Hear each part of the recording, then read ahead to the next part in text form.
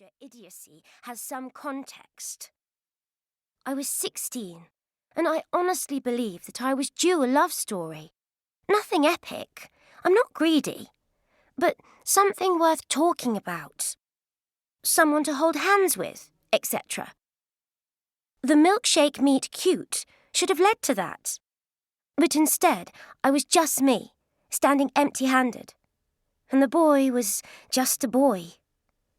When the bus pulled up just a couple of minutes later, and I retreated to the anonymity of the top deck, I made a mental list of milestones I would have reached by the time my next birthday rolled around.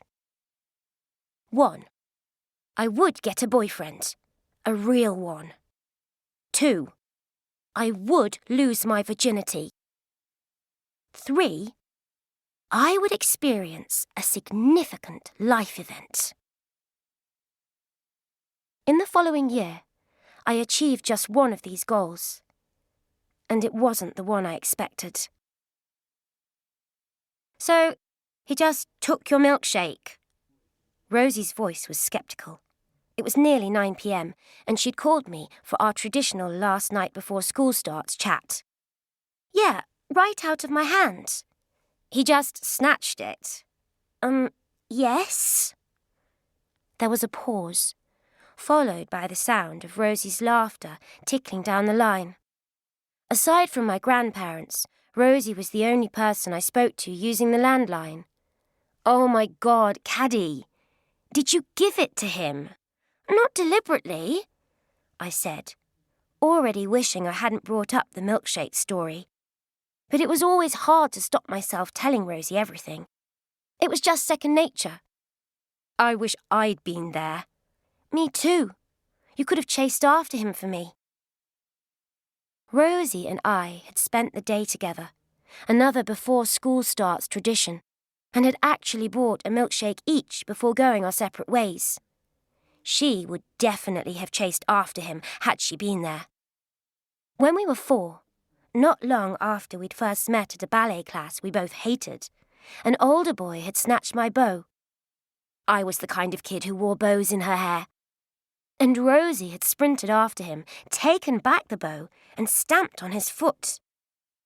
Our friendship had followed a similar pattern ever since. Why didn't you chase him? I was surprised. You'd think, after all this time in separate schools, you'd have learned to chase your own bullies, Rosie said, her voice light and teasing. Maybe year 11 will be the year. Maybe. Do they even have bullies in private school? Yes. She knew very well that they did. She was the one I'd cried to for several straight months in year 8 when I'd been the target. My school, Esther Herring's High School for Girls, had more than its fair share of bullies. Oh yeah, sorry, I mean boy bullies. Obviously you don't get those at Esther's. Those are the ones I chase for you. I let her tease me about teenage boy thieves for a few minutes more until we hung up. I headed back upstairs in the direction of my bedroom, walking past my mother, who was ironing in front of the TV. I've got your uniform here, she called after me. Do you want to come and get it? I trudged reluctantly back towards her. My uniform was hanging on the cupboard door, the pleats on the skirt perfect, the blazer practically shining. I'd avoided looking at my uniform all summer. It was even greener than I remembered. All freshly ironed, Mum said, looking pleased and proud. No one was happier that I was at Esther's than her. When she found out I'd got in, she cried.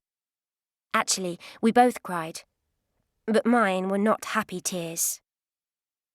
Thanks, I said, taking the hangers. Are you excited about tomorrow? She was smiling, and I wondered if she was being oblivious on purpose. Not really, I said, but I injected a note of humour into my voice to avoid a long, don't disparage your opportunities speech. It's a big year, Mum said. The iron made a loud, squelching, hissing noise, and she lifted it up. I suddenly realised...